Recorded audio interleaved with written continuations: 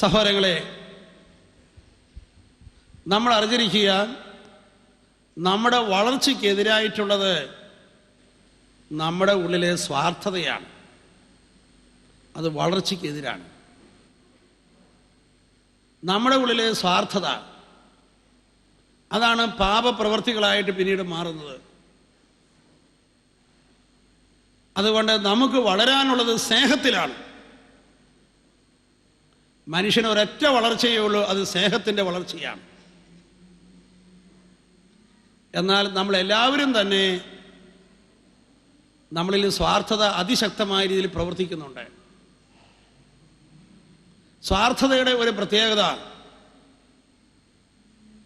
എനിക്ക് സ്വാർത്ഥതയുണ്ടെന്ന് ഞാനൊരിക്കലും അംഗീകരിക്കുകയല്ല. മറ്റുള്ളവരെല്ലാം സ്വാർത്ഥരാണ് എന്നായിരിക്കും നമ്മൾ പറയുക. മറ്റുള്ളവരെല്ലാം തൻകാര്യം നോക്കുന്നവരാണ് എന്ന് പറഞ്ഞ് നമ്മൾ അവരുടെ സ്വാർത്ഥതയെ കുറ്റപ്പെടുത്തിക്കൊണ്ടിരിക്കും.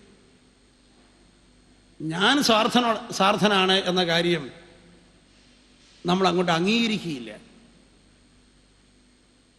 അപ്പം അതുകൊണ്ട് നമുക്ക് ഈ സ്വാർത്ഥതയിൽ നിന്ന് നമുക്ക് വിടുതൽ കിട്ടണം. സ്വാർത്ഥതയിൽ നിന്ന് വിടുതൽ കിട്ടുവാനായിട്ട് ഒരൊറ്റ മാർഗമേ ഉള്ളൂ. അത് സഹനമാണ്, കുരിശുകളാണ്, പരാജയങ്ങളും തകർച്ചകളുമാണ്. അതുവഴിയാണ് നമുക്ക് തകർച്ചയിൽ നിന്ന്, നമുക്ക് സ്വാർത്ഥതയിൽ നിന്ന് പയ്യെ വിടുതൽ ലഭിക്കുക. ഹല്ലേലൂയ. ഞാൻ എന്നിൽ നിന്ന് പിടിവിടണമെങ്കിൽ അതാണ് സഹനത്തിന് പിന്നിലെ ഒരു ലക്ഷ്യം. അതുകൊണ്ട് പ്രിയപ്പെട്ടവരെയും, സഹനവും പ്രാർത്ഥനയും ഒരുപോലെ നമുക്ക് ആവശ്യമാണ്.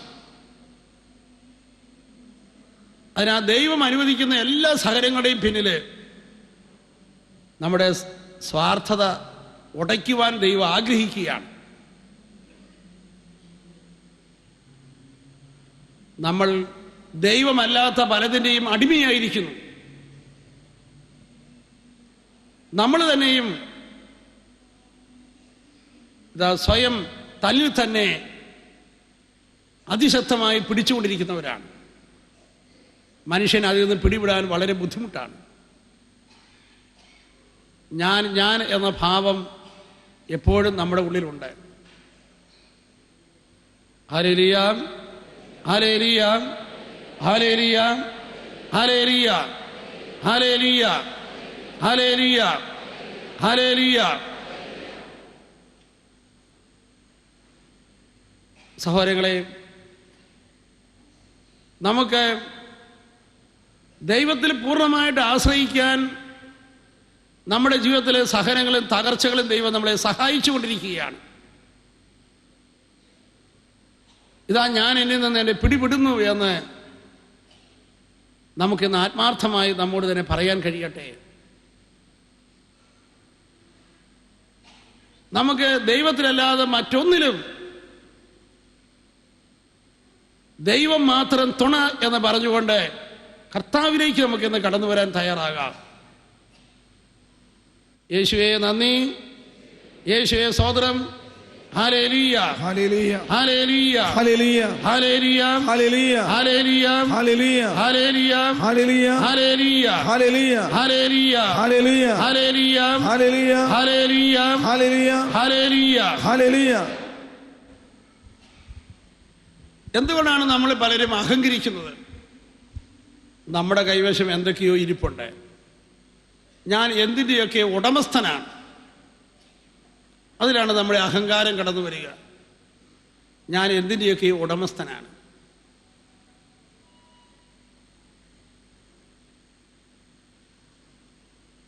നമുക്ക് നമ്മുടെ കൈവശം ഇരിക്കുന്ന എല്ലാം നമുക്ക് പരിപൂർണമായി കർത്താവിന് മുമ്പിൽ അടിയറ വയ്ക്കുവാനായിട്ട് കഴിയട്ടെ. നമുക്കൊരിക്കൽ കൂടി ഒന്ന് കൈകൂട്ടി പിടിച്ചുകൊണ്ട് പ്രാർത്ഥിക്കാം. കർത്താവായ ഈശോയെ, ഞാൻ എന്നെയും എനിക്കുള്ളവയെയും എന്റെ ഭവനത്തെയും ഭവനത്തിലുള്ളവയെയും സമ്പൂർണമായി അവിടത്തേക്ക് സമർപ്പിക്കുന്നു. എന്റെ വീടിനെയും വീട്ടിലുള്ളവയെല്ലാം ഞാൻ അങ്ങേക്ക് സമർപ്പിക്കുന്നു. Price the Lord. ഇപ്പോൾ നമ്മൾ ചൊല്ലിയ പ്രാർത്ഥന ശ്രദ്ധിച്ചോ? നമ്മൾ എന്താ ചൊല്ലിയത്? എൻ്റെ വീടും വീട്ടിലുള്ളവയെല്ലാം ദൈവമേ അങ്ങേക്ക് തരുന്നു എന്നാണ്. അത് ചൊല്ലിയപ്പോൾ നമുക്ക് പ്രത്യേകിച്ച് ഒന്നും തോന്നിയിട്ടില്ല. വളരെ ഒച്ചത്തിൽ പലരും ചൊല്ലിയവരുമുണ്ട്. എന്താ നമുക്ക് ഒന്നും തോന്നാത്തത്? നമുക്കറിയാം എൻ്റെ വീടും വീട്ടിലുള്ളവയെല്ലാം ദൈവമേ അങ്ങേക്ക് തരുന്നു എന്ന് പറഞ്ഞാലും വീടൊന്നും ദൈവം എടുത്തുകൊണ്ട് പോയിരുന്നറിയാം. Price the Lord. ഒരു നഷ്ടം ഉണ്ടായാലെന്ന് നമുക്കറിയാം.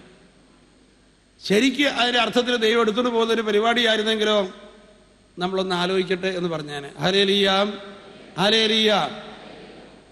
വീടും വീട്ടിലുള്ളവയെല്ലാം കർത്താവെ അങ്ങേക്ക് തരുന്നു എന്ന് പറയുമ്പോൾ എന്താണ് വാസ്തവത്തിൽ നമ്മൾ കൊടുക്കുന്നത്? നമ്മൾ അവയുടെ മേലുള്ള ഉടമസ്ഥാവകാശം ദൈവത്തെ ഏൽപ്പിക്കുകയാണ്. ഹല്ലേലൂയ. വീട് സമർപ്പിക്കുക എന്ന് പറഞ്ഞാൽ അതിന്മേലുള്ള ഉടമസ്ഥാവകാശം ദൈവത്തിന് സമർപ്പിക്കുക. നമ്മുടെ മേലുള്ള എല്ലാ ഉടമസ്ഥാവകാശവും നമ്മൾ ദൈവത്തിന് ഏൽപ്പിച്ചു കൊടുക്കണം. അങ്ങനെയാണ് നമ്മൾ എളിമയിലേക്ക് വളരേണ്ടത്. ഉടമസ്ഥാവകാശം ഉപേക്ഷിക്കുക. എന്തെങ്കിലും ഉടമസ്ഥത നമ്മുടെ ഉള്ളിൽ ഇരിക്കുന്നത് കൊണ്ടാണ് നമുക്ക് പലപ്പോഴും മുറിവുണ്ടാകുക. എൻ്റെ എന്ന് നമ്മൾ ചേർത്ത് ചിന്തിക്കുന്നത് കൊണ്ടാണ് നമ്മുടെ ജീവിതത്തിൽ പലപ്പോഴും മുറിവുകളും വിഷമതകളും ഉണ്ടാകുക. ആ ഉടമസ്ഥാവകാശം നമ്മൾ ദൈവത്തിന് ഏൽപ്പിച്ചു കൊടുക്കുമ്പോൾ പിന്നെ നമ്മളെ സാത്താനെ പീഡിപ്പിക്കാൻ പറ്റുകയില്ല. സഹോദരങ്ങളെ, ജോബിന്റെ പുസ്തകത്തിൽ നമ്മൾ വായിക്കുന്നു, ജോബിന്റെ മക്കളെല്ലാം മരിച്ചു, സമ്പത്ത് മുഴുവനും പോയി, ശരീരം കുഷ്ഠരോഗം കൊണ്ട് നിറഞ്ഞു. 3 മേഖലകളിൽ സാത്താൻ ജോബിനെ ആക്രമിച്ചു. 1 ജോബിന്റെ ബന്ധങ്ങൾ, 2 ജോബിന്റെ സമ്പത്ത്, 3 ജോബിന്റെ ശരീരം. ഇന്നും സാത്താൻ മനുഷ്യനെ ആക്രമിക്കുന്നത് ഈ 3 മേഖലകളിലാണ്. നമ്മുടെ ബന്ധങ്ങളെ ആക്രമിക്കും, നമ്മുടെ സമ്പത്ത് ആക്രമിക്കും, നമ്മുടെ ശരീരം ആക്രമിക്കും. ഈ ആക്രമണത്തിൽ നിന്ന് വിടുതല പ്രാപിക്കാനുള്ള വഴി എന്താണ്? ഒരൊറ്റ വഴിയേ ഉള്ളൂ. ഉടമസ്ഥാവകാശം ദൈവത്തെ ഏൽപ്പിക്കുക. ഉടമസ്ഥാവകാശം ദൈവത്തിന് വിട്ടുകൊടുത്താൽ പിന്നെ സാത്താന് നമ്മളെ ആക്രമിക്കാൻ പറ്റുകയില്ല. എന്നോടൊരിക്കലും ഒരാൾ ചോദിച്ചു, അച്ഛാ, ഈ ചെകുത്താൻ എങ്ങനെ ഉണ്ടായതാണ്? ദൈവത്തിന് വല്ല അബദ്ധം പറ്റിയതാണോ?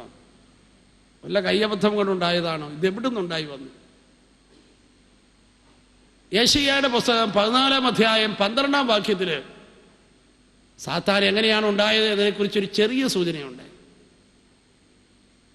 അവിടെ നമ്മൾ കാണുന്നത് ഏതോ ഒരു മാലാഖ ഞാൻ ഞാൻ ഞാൻ എന്നിങ്ങനെ പറഞ്ഞ് അത് ചെകുത്താനായിപ്പോയി എന്നാണ്. Price the Lord. ഹല്ലേലൂയ. ഏതോ ഒരു മാലാഖ ഞാൻ ഞാൻ എന്ന് പറഞ്ഞ് അത് ചെകുത്താനായി.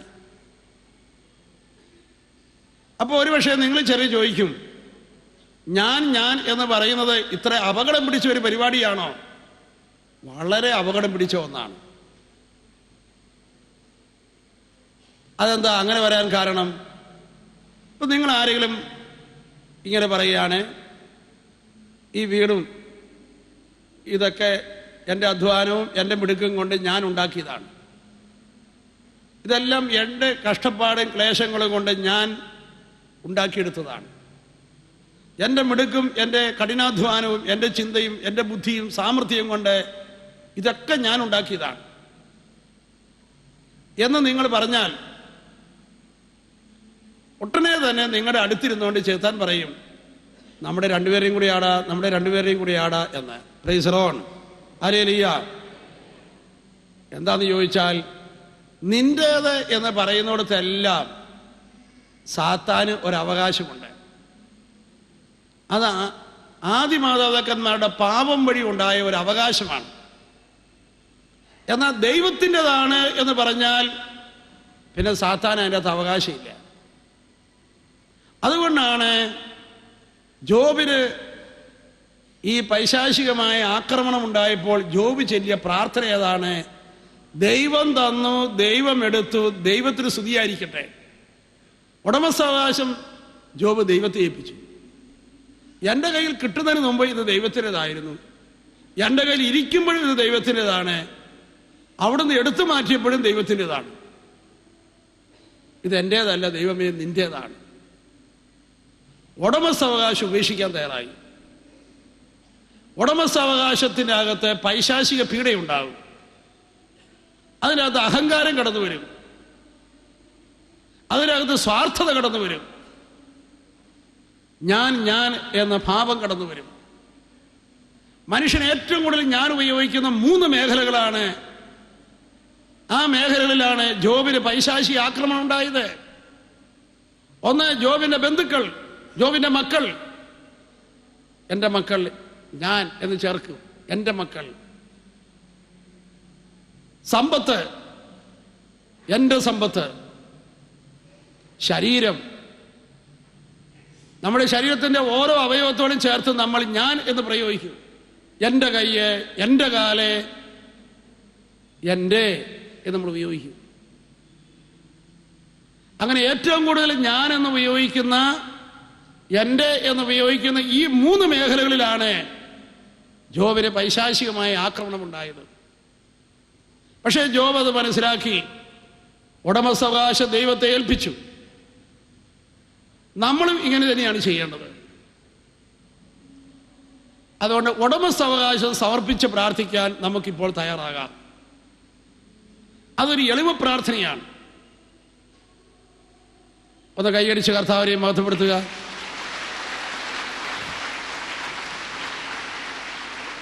ഹല്ലേലൂയ, ഹല്ലേലൂയ, ഹല്ലേലൂയ, ഹല്ലേലൂയ, ഹല്ലേലൂയ, ഹല്ലേലൂയ, ഹല്ലേലൂയ, ഹല്ലേലൂയ, ഹല്ലേലൂയ.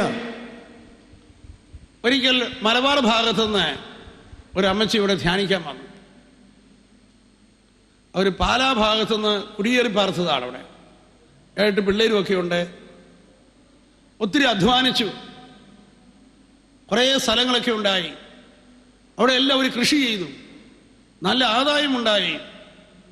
അങ്ങനെ സാമ്പത്തികമായിട്ട് നല്ല നിലയിൽ കഴിയുമ്പോൾ ഈ അമ്മച്ചിയുടെ വലിയൊരു ആഗ്രഹമായിരുന്നു ഒരു വീടുണ്ടാക്കുക എന്നത്. അതിനുവേണ്ടി തേക്കിൻ്റെയും ഈട്ടിയുടെയും തടികൾ അറപ്പിച്ച് അമ്മച്ചി വീടിൻ്റെ മുറ്റത്ത് ഇങ്ങനെ ശേഖരിച്ചു വയ്ക്കാൻ തുടങ്ങി. അങ്ങനെ വീട് പണി തുടങ്ങുന്നതിന് ഏതാണ്ട് 2.5 ആഴ്ചയ്ക്ക് മുമ്പ് ഒരു തീപിടുത്തമുണ്ടായി. വീട്ടിലുള്ള വിലപിടിപ്പുള്ള ഏതാനും ചില സാധനങ്ങൾ മാത്രമാണ് രക്ഷപ്പെടുത്താൻ കഴിഞ്ഞത്. ബാക്കി മുഴുവനും കത്തിപ്പോയി. അത് കത്തിയതിനു ശേഷം പിന്നെ അമ്മച്ചി രാത്രി കിടക്കാൻ നേരത്ത് ഈ തീയും ചാരവും അല്ല അമ്മച്ചിയുടെ മനസ്സിലേക്ക് വരും. പിന്നെ അന്ന് ഉറക്കം ഉണ്ടായില്ല. അങ്ങനെ 4-5 വർഷമായി അമ്മച്ചിക്ക് ഉറക്കമേ ഇല്ല. കിടക്കുമ്പോഴെല്ലാം ആ തടിയെല്ലാം കത്തിപ്പോയതിനെ കുറിച്ചൊരു ചിന്തയാണ്. പോയല്ലോ, നഷ്ടപ്പെട്ടല്ലോ. തീയും ചാരവും അമ്മച്ചി കാണുമെന്നാണ് പറയുന്നത്. അപ്പൊ അമ്മച്ചി എന്നോടത് പറഞ്ഞു, ഞാൻ പല സ്ഥലത്തും പോയി പ്രാർത്ഥിച്ചു വച്ചാ. അപ്പൊ ഞാൻ ചോദിച്ചു, കൗൺസിലിംഗ് നടത്തിയോ? അവരുമൊക്കെ എന്നോട് പറഞ്ഞു കർത്താവിന് സമർപ്പിച്ച് പ്രാർത്ഥിക്കാൻ പറഞ്ഞു. ഞാനിതൊക്കെ സമർപ്പിച്ച് പ്രാർത്ഥിക്കുന്നതാണ്, പക്ഷെ എനിക്ക് ഉറക്കം കിട്ടുന്നില്ല.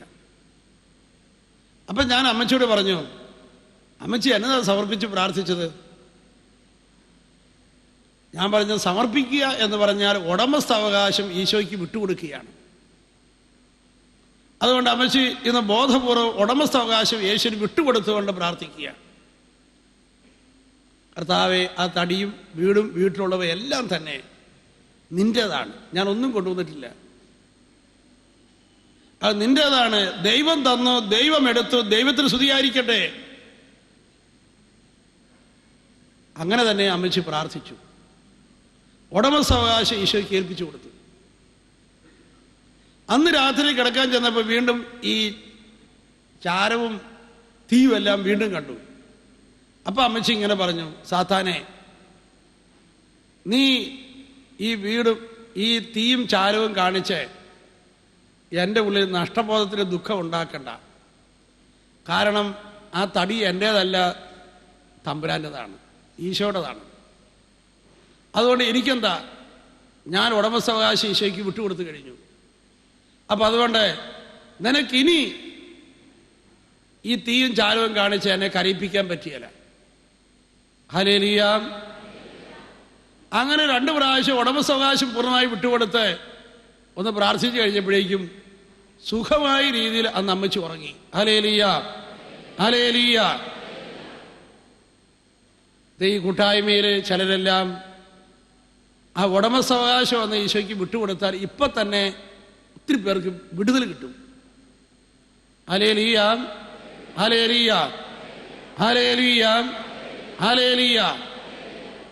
ദൈവം തരാത്തതായി നമ്മുടെ കൈവശം എന്താ ഉള്ളത്?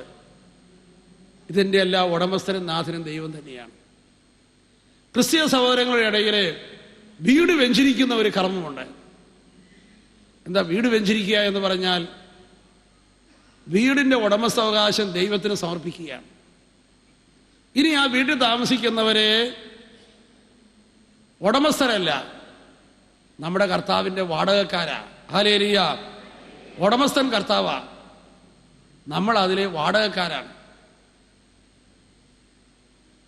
അപ്പോൾ ഒരു കാര്യം നമ്മൾ ഓർക്കണം, ഈ വീടിൻ്റെ ഉടമസ്ഥൻ ദൈവമാണ്. അതുകൊണ്ട് ദൈവത്തിന് ഉചിതമല്ലാത്ത യാതൊന്നും ഞാനിവിടെ പ്രവർത്തിക്കുകയില്ല. ഒരു ദിവസം ആ വീട്ടിൽ അന്തി ഉറങ്ങാൻ ഇടയായാൽ, എൻ്റെ ദൈവമേ, ഒരു ദിവസം ഇന്ന് നീ തന്ന ഈ വീട്ടിൽ അന്തി ഉറങ്ങുവാൻ അനുഗ്രഹം നൽകിയതിന് ഞാൻ അങ്ങേക്ക് നന്ദി പറയുന്നു എന്ന് പറഞ്ഞ് ദൈവത്തിന് നന്ദിയും സ്തുതിയും പറയുവാൻ ഇതാ നമ്മൾ തയ്യാറാകണം. ഹല്ലേലൂയ, ഹല്ലേലൂയ, ഹല്ലേലൂയ. ഏതൊന്നാണോ നിന്നെ വേദനിപ്പിച്ചുകൊണ്ടിരിക്കുന്നത് അവയുടെ മേലുള്ള ഉടമസ്ഥാവകാശം ദൈവത്തിന് ഏൽപ്പിച്ചു കൊടുക്കുക. അപ്പം നമുക്ക് സൗഖ്യം കിട്ടാൻ തുടങ്ങും. ഉടമസ്ഥാവകാശം ഉള്ളിലിരിക്കുന്നതുകൊണ്ടാണ് നമുക്ക് മനസ്സിൽ വേദനയും മുറിവും ഉണ്ടാകുന്നത്. ഉടമസ്ഥാവകാശം ഉപേക്ഷിച്ചാലോ പിന്നെ സാത്താന് നമ്മളെ ദുഃഖിപ്പിക്കുവാനോ കരയിപ്പിക്കുവാനോ സാധ്യമല്ല. ഹല്ലേലൂയ, ഹല്ലേലൂയ, ഹല്ലേലൂയ. ഒരിക്കലൊരു സഹോദരൻ ധ്യാനിക്കാൻ വന്നു. അദ്ദേഹം ഒരു സ്ഥാപനത്തിൻ്റെ വലിയൊരു അധികാരിയായിരുന്നു. ഒത്തിരി പേരും പെരുമയൊക്കെ ഉള്ള ഒരാളാണ്. പക്ഷെ അദ്ദേഹത്തിനെതിരായി ചില ആളുകൾ ചില ആരോപണങ്ങളൊക്കെ ഉന്നയിക്കാൻ തുടങ്ങി. അങ്ങനെ ഇരിക്കുന്ന സമയത്ത് അദ്ദേഹത്തിൻ്റെ മേലധികാരി അദ്ദേഹത്തെ സ്ഥലം മാറ്റി. അപ്പോൾ അദ്ദേഹത്തിന് വലിയ ദുഃഖമുണ്ടായി. അദ്ദേഹം മനസ്സിലിങ്ങനെ വിചാരിച്ചു, ഇപ്പോൾ എൻ്റെ ശത്രുക്കൾ എനിക്കെതിരായി ഉയർത്തിയ ആരോപണങ്ങളെല്ലാം ശരിയാണ് എന്ന് ഒന്നും കൂടെ സ്ഥിരീകരിക്കപ്പെട്ടിരിക്കുകയാണ്. ശത്രുക്കളുടെ ആരോപണം ഒരു നുണയാണ്. പക്ഷേ ഈ സ്ഥലം മാറ്റം മൂലം അത് സ്ഥിരീകരിക്കപ്പെട്ടിരിക്കുകയാണ്. അതുകൊണ്ട് അദ്ദേഹം തീരുമാനിച്ചു, ഇനി ഞാൻ ഒന്നിനുമില്ല. അങ്ങനെ അദ്ദേഹം ഒരു ഉത്തരവാദിത്വം ഏറ്റെടുക്കാതെ തന്നിലേക്ക് തന്നെ ചുരുങ്ങി ഒരു മുറിയിലിരിപ്പായി. ഒരു ജോലിയും പുള്ളി ചെയ്യുകയില്ല. തന്നെയല്ല, മനസ്സ് മുഴുവൻ വലിയ ദുഃഖത്തിലായി. എൻ്റെ സൽപ്പേര് പോയി, എൻ്റെ ഇത്രയും നാളത്തെ അഭിമാനം പോയി, ഞാൻ പണിതുയർത്തിയ അഭിമാനമെല്ലാം ഇതാ ഒറ്റ നിമിഷം കൊണ്ട് ഒലിച്ചുപോയി. ഈ കഠിനമായ ദുഃഖത്തിൽ വേദനയിൽ അദ്ദേഹം കഴിയുകയായിരുന്നു. ഇത് അദ്ദേഹത്തിൻ്റെ ഉറക്കത്തെ പോലും ബാധിക്കാൻ തുടങ്ങി. കുറേശ്ശെ ഒരു ഡിപ്രഷൻ, ഒരു വിഷാദ രോഗം അദ്ദേഹത്തിലേക്ക് പോയി കടന്നു വരാൻ തുടങ്ങി. അങ്ങനെ ഒരു സന്ദർഭത്തിലാണ് അദ്ദേഹം ഇവിടെ ധ്യാനിക്കാൻ വന്നത്.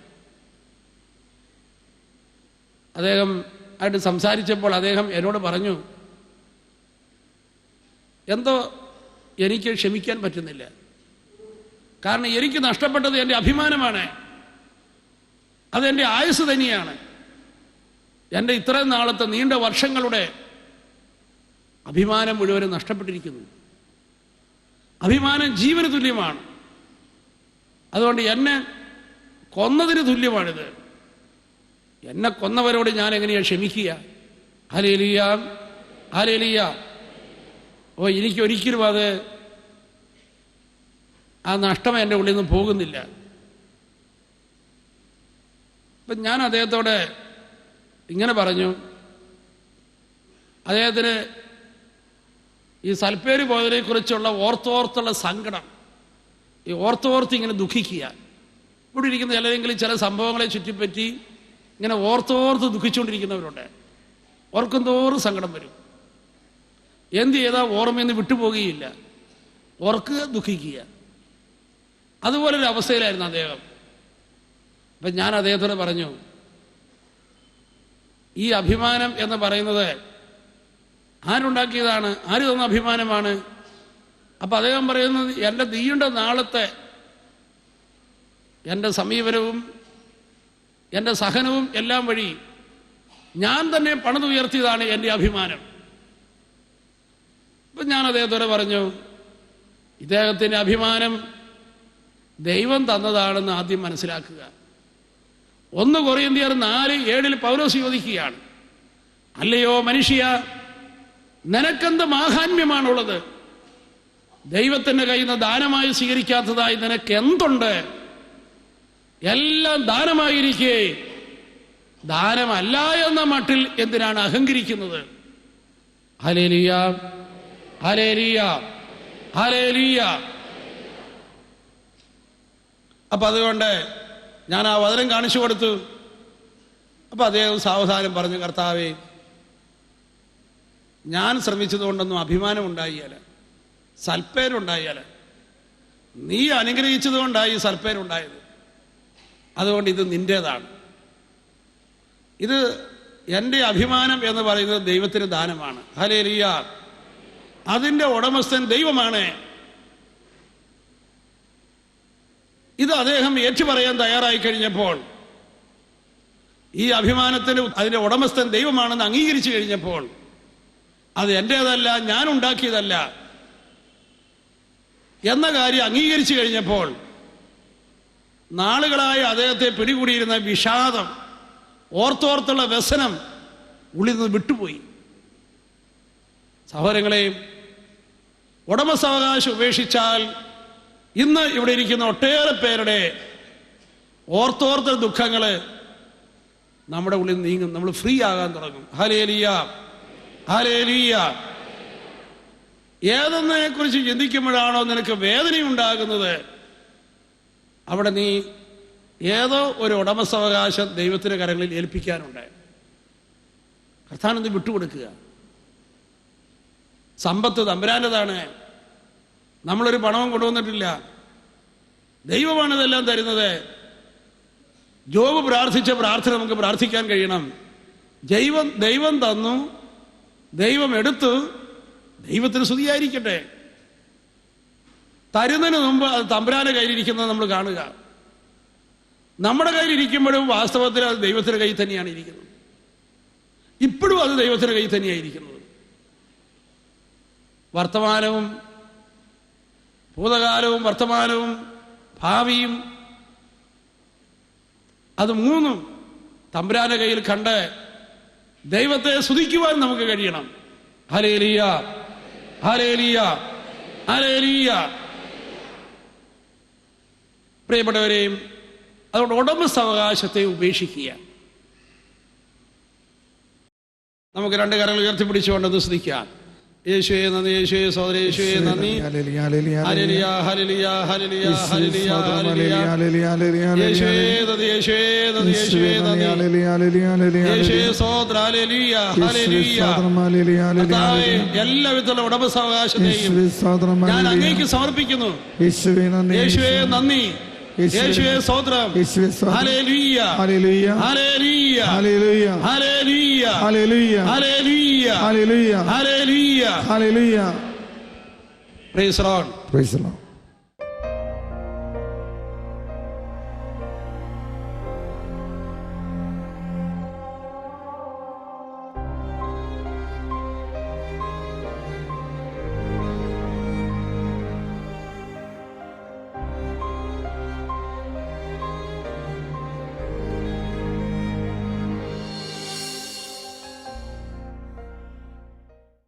വിശദ വിവരങ്ങൾക്ക് director, divine vision, divine retreat centre, Muringoor, Chalakudy 680316, Kerala, south India. Telephone 0091 480 270 8098, 0091 480 270 2613.